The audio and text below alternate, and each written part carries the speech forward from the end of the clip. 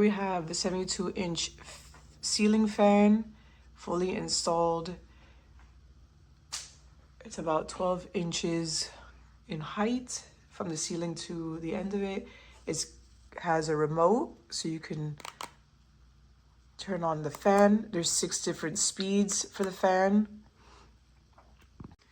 It has different lightings.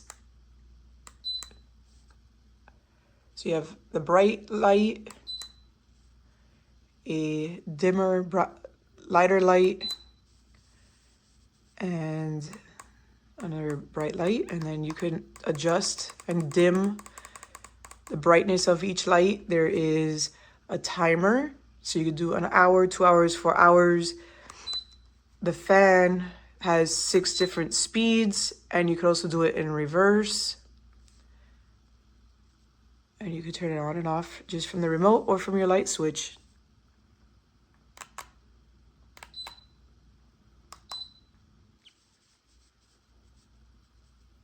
It's very modern, very sleek, and comes in several options.